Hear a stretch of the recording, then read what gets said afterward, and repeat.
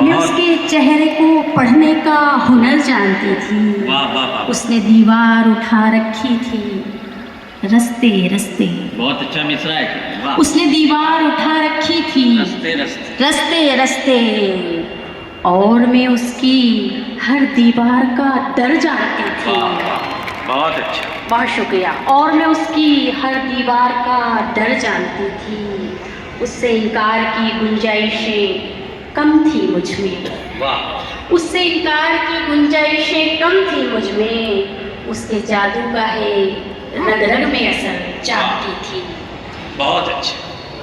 हिज्र से अब तेरे हैरान नहीं है शबनम। वाह, हिज्र से तेरे हैरान नहीं है शबनम। हिज्र से अब तेरे हैरान नहीं है शबनम।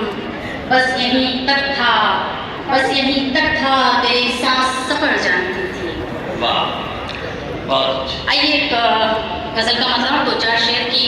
ऐस बनो फरहाद बनो और रक्स करो। वाह, कैस बनो फरहाद बनो और रक्स करो। तुम भी दिल के साथ चलो और रक्स करो। वाह, तुम भी दिल के साथ चलो